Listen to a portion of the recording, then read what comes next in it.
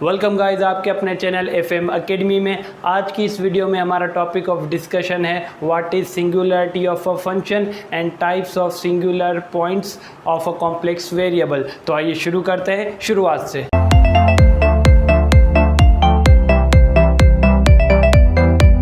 तो गाइज किसी भी फंक्शन की सिंगुलरिटी को हम इस तरह से डिफाइन कर सकते हैं कि ये एक पॉइंट होता है जिसे हम सिंगुलर पॉइंट भी कहते हैं, जहाँ पर जो है हमारे पास complex variable z is a point at which it is non analytic, यानी वो पॉइंट जहाँ पर हमारे पास फंक्शन नॉन एनालिटिक हो तो उस पॉइंट को हम सिंगुलर पॉइंट कहते हैं या सिंगुलरिटी ऑफ अ फंक्शन कहते हैं। अब नॉन एनालिटिक फंक्शन क्या होता है? जो कि हमारे पास एक्सप्रेस ना हो सके infinite series in power of z, यानी जब हम बायनॉमियल एक्सपेंशन से उसकी इनफाइनाइट सीरीज बनाते हैं तो वो हमारे पास डिफाइन नहीं हो सकता पावर ऑफ z में, यानी एक्सप्रेस नहीं हो सकता, तो उसको हम नॉन एनालिटिक फंक्शन कहते हैं। नॉन एनालिटिक फंक्शन को हम इस तरह भी डिफाइन कर सकते हैं कि जिसका डेरिवेटिव हमारे पास कंटिन्यूस ना हो। फॉर एग्जांपल हमारे पास कोई भी फंक्शन है f ऑफ z और एट पॉइंट ए, तो जब हमारे पास फंक्शन एनालिटिक होगा किसी भी पॉइंट ए पर तो उसका डेरिवेटिव जो है वो हमारे पास कंटिन्यूस होगा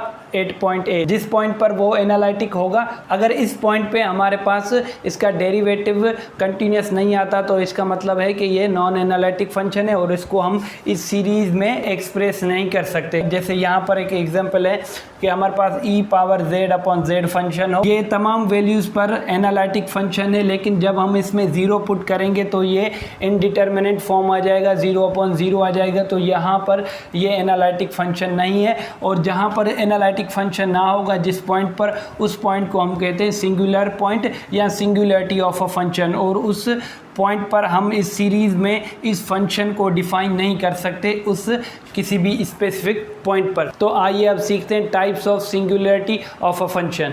तो गाइस सबसे पहले टाइप है isolated singular points. Isolated singular point क्या होती है? Singular point z is equals to alpha, या आप a कह दें या b कह दें, is an isolated singular point if there exists a circle centered at z is equals to alpha, यानी जो हमारे पास सिंगुलर पॉइंट थी उसके इर्द गिर्द हमने एक सर्कल बना दिया और जिसका रेडियस हमने r लिख दिया, which does not include any other singular points, यानी उसके अंदर जो सर्किल हमने बनाया सिंगुलर पॉइंट को सेंटर लेकर रेडियस r से, तो उसके अंदर और कोई सिंगुलर पॉइंट ना होनी चाहिए। यानी जैसे यहाँ पर एक सिंगुलर पॉइंट थी, उसको इर्द गिर्द हमने एक सर्किल बना दिया रेडियस r का, तो इसमें जो भी पॉइंट्स हैं वो रेगुलर पॉइंट्स हैं, यानी सिंगुलर पॉइंट्स नहीं हैं। तो ये हमारे पास जो सिंगुलर पॉइंट होगी वो हमारे पास आइसोलेटेड कहलाएगी, क्योंकि ये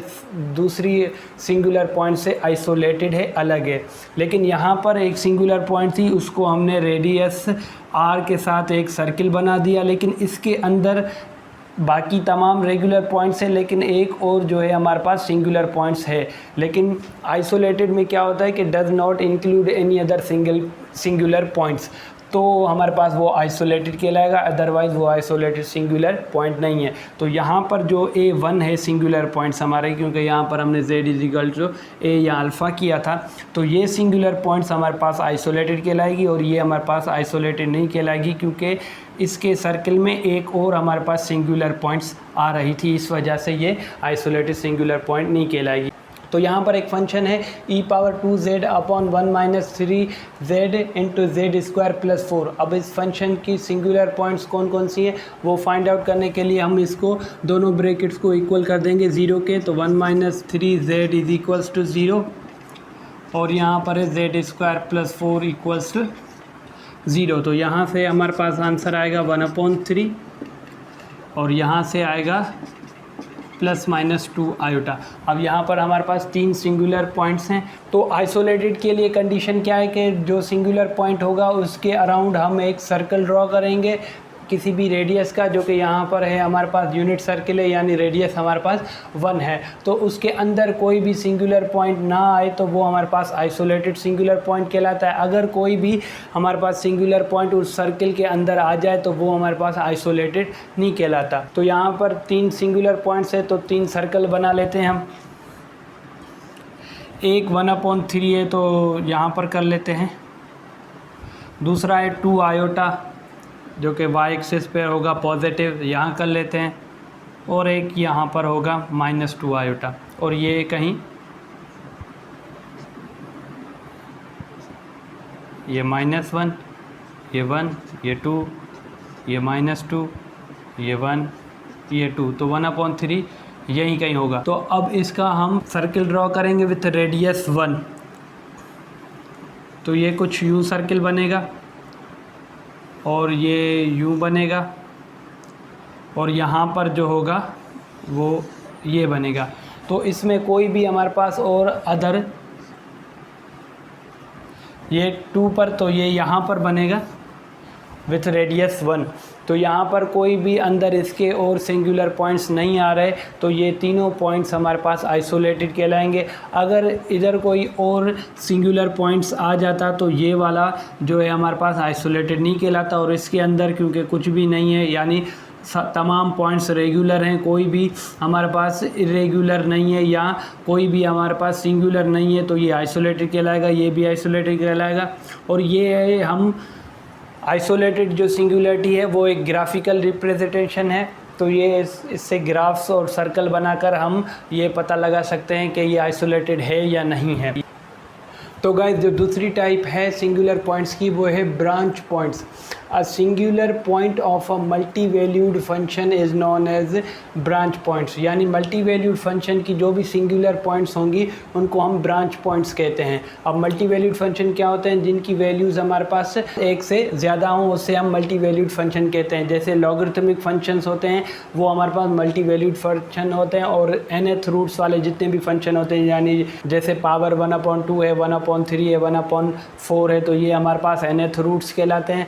तो ये भी हमारे पास मल्टी वैल्यूड फंक्शंस होते हैं क्योंकि इनकी वैल्यूज़ एक से ज़्यादा होती हैं। तो उनकी जो भी सिंगुलर पॉइंट्स होंगी उनको हम ब्रांच पॉइंट्स कहते हैं। तो यहाँ पर हम z² + 1 को हम इक्वल करेंगे 0 के साथ, तो यहाँ पर जो हमारे पास सिंगुलर पॉइंट्स आएंगी वो होंगी ± आयोटा, और यहाँ पर भी हम z-1 को इक्वल करेंगे 0 से, और z-3 को भी इक्वल करेंगे 0 से। तो यहाँ पर z = 1 एंड z = 3, तो ये हमारे पास उस फंक्शन के ब्रांच पॉइंट्स कहलाती हैं, जो कि एक टाइप है सिंगुलर पॉइंट्स की।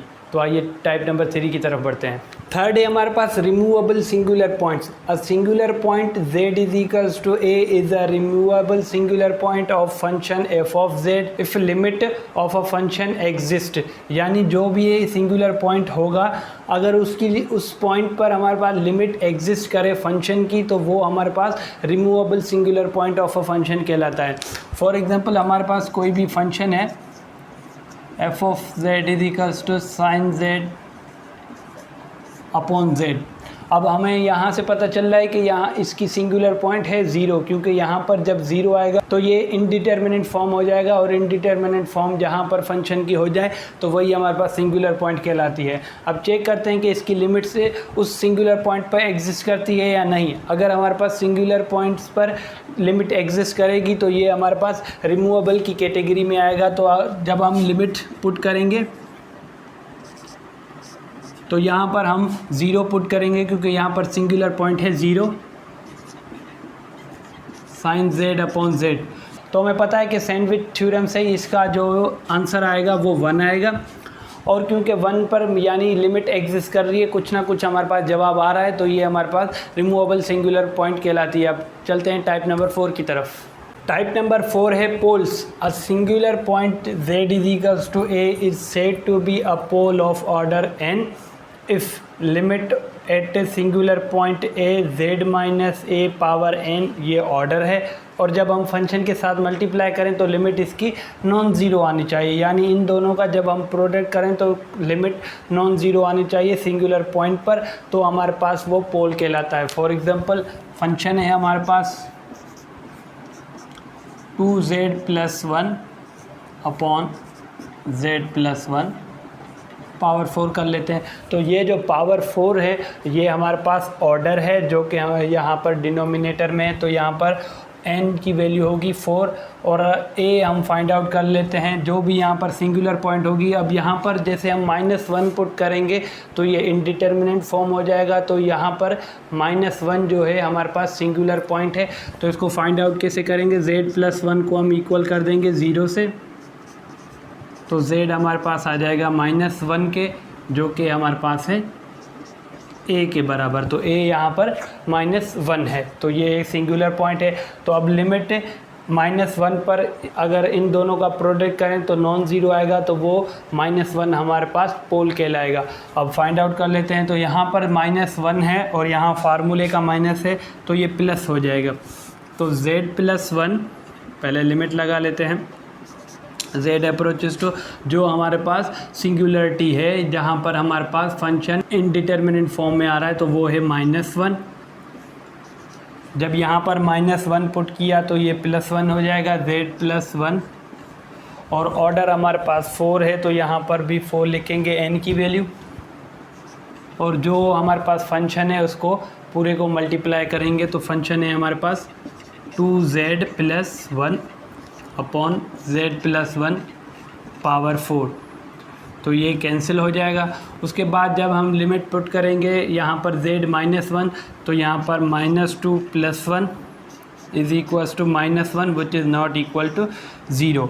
तो ये है, हमें पता चला कि 0 के इक्वल नहीं है, तो जो -1 हमारे पास सिंगुलरिटी थी उसको हम पोल का नाम देंगे, क्योंकि ये इस इक्वेशन या कंडीशन को सेटिस्फाइड कर रहा है। तो गाइस टाइप नंबर 5 ये हमारे पास असेंशनल सिंगुलर पॉइंट। असेंशनल सिंगुलर पॉइंट्स वो तमाम पॉइंट्स होते हैं जो कि ना ब्रांच में आते हैं, ना पोल्स में आते हैं, ना रिमूवेबल में आते हैं, यानी वो सिंगुलर पॉइंट जो इन तमाम सिंगुलर पॉइंट्स की कंडीशंस को सेटिस्फाइड नहीं कर रहा होगा, वो हमारे पास असेंशनल सिंगुलर पॉइंट्स की कैटेगरी में आएगा, जो कि ना पोल होगा, ना ब्रांच, ना रिमूवेबल होगा, तो वो हमारे पास असेंशनल सिंगुलर पॉइंट्स कहलाते हैं।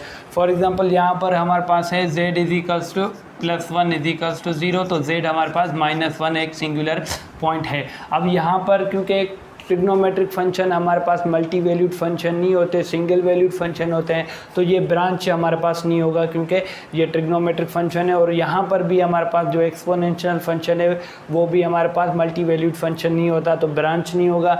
अब पोल और जो हमारे पास रिमूवेबल की कंडीशंस हैं, ये दोनों फंक्शन उसको भी सेटिस्फाइड नहीं कर रहे, तो ये हमारे पास असेंशनल कैटेगरीज में आ जाएगा। यहाँ पर जैसे z = -1 = 0, तो z1 और यहाँ पर z -1, ये दोनों हमारे पास असेंशनल सिंगुलर पॉइंट्स की कैटेगरी में आते हैं। होप सो गाइस आज की क्लास से आपने बहुत कुछ सीखा होगा, और अगर कोई भी कन्फ्यूजन हो और कोई क्वेश्चन हो तो कमेंट सेक्शन में कमेंट ज़रूर कीजिएगा। Thank you very much for your attention.